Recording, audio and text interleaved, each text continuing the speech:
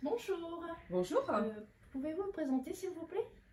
Alors, je m'appelle Patricia Muraille-Gentreau, j'ai 51 ans, je suis donc infirmière de secteur psychiatrique de formation et donc j'ai évolué dans différents secteurs d'activité, notamment dans le milieu médical, donc en psychiatrie, dans le médico-social, et j'ai aussi eu une expérience au niveau des EHPAD, donc auprès des personnes âgées. C'était vraiment un domaine que je ne connaissais pas et que j'ai réellement apprécié. Pourquoi avez-vous fait le choix de devenir formatrice? Pourquoi devenir formatrice? Parce que j'ai eu déjà des expériences en tant que formatrice vacataire auprès de différents centres de formation associatifs et privés. Et donc, on appelle ces expériences de formatrice occasionnelle.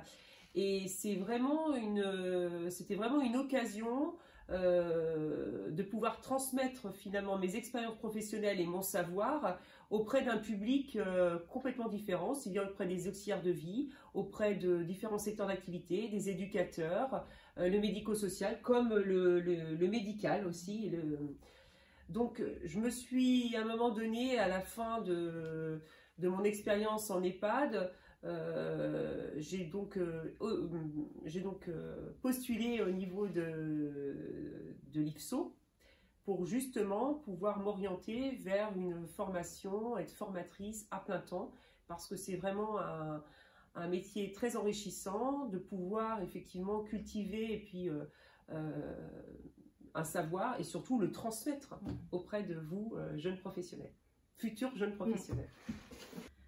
À votre avis, quels seront pour vous les aides-soignants de demain? Très bonne question.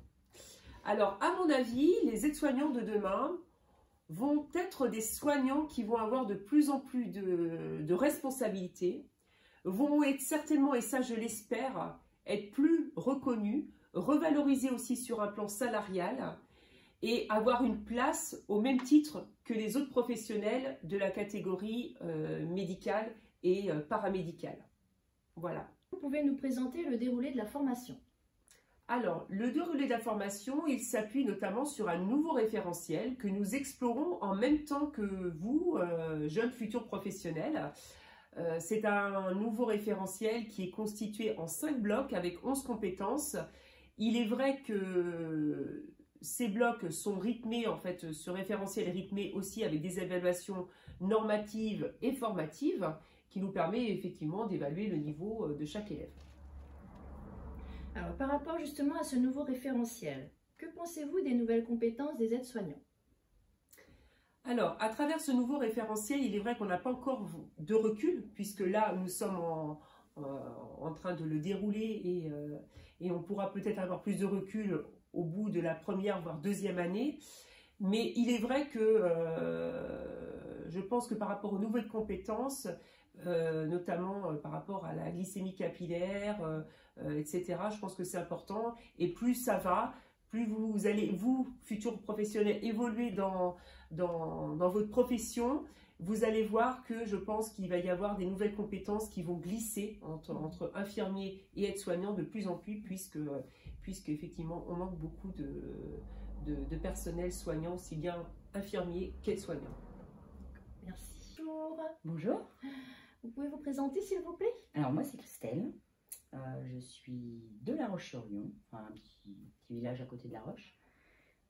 J'ai 46 ans, petite jeune diplômée on va dire, année 2019-2020.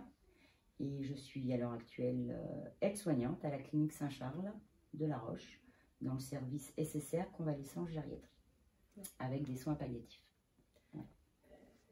Alors, quel est votre rôle dans le service? Mon rôle dans le service, mais déjà, c'est d'être auprès des personnes qu'on accueille. Normalement, on accueille les personnes à peu près entre 75 ans, après plus. Généralement, c'est tout ce qui est en dessous de 75 ans, c'est dans d'autres services. Après, mon rôle, c'est donc d'accompagner tous nos patients, d'accompagner nos équipes, d'être à l'écoute. Et puis ben voilà. Alors, à votre avis, qu'est-ce qui pourrait motiver et inciter les différents publics de demain à devenir aides-soignants? Qu'est-ce qui pourrait vous inciter à devenir aide-soignant? Ben, il manque du personnel. C'est un métier où on cherchera toujours du monde. C'est un métier où on se découvre soi-même, professionnellement, personnellement. Et puis, c'est un métier où on apprend beaucoup de choses sur la vie d'avant, maintenant et après. Donc, voilà. Je vous remercie. De rien. Bonjour. Bonjour. Est-ce que tu peux te présenter? Alors, je m'appelle Dany, j'ai 30 ans, donc je suis élève aide-soignant depuis la rentrée de septembre 2021. J'ai hésité pendant 4 ans à faire ce parcours-là, et du coup, je me suis lancé cette année. Et puis me voilà. Alors, tu peux me dire ton ancien parcours? Alors, déjà, j'ai essayé de trouver le métier qui pouvait me plaire. Et du coup, je suis sorti de lycée. Après, j'ai fait mon diplôme de conseiller funéraire. Et puis, que j'ai obtenu. Puis qu'après, j'ai travaillé 6 ans en EHPAD. Alors, pourquoi avoir choisi cette formation? Donc, j'ai choisi cette formation car j'ai besoin de prendre soin des autres, d'être à leur écoute, de pouvoir travailler en équipe pluriprofessionnelle. J'ai toujours su que c'était un métier pour moi et que je devais faire ça en fait et qu'il était fait pour moi en fait. Alors, comment tu te vois en tant qu'aide-soignant de demain? Déjà, je me vois travailler dans un service qui me plaît, de pouvoir apporter mes connaissances, de transmettre mon savoir aux futurs stagiaires, d'être toujours à l'écoute et proche des personnes que je prendrai en charge, en soins, et pourquoi pas passer le diplôme d'infirmier après. Je te remercie.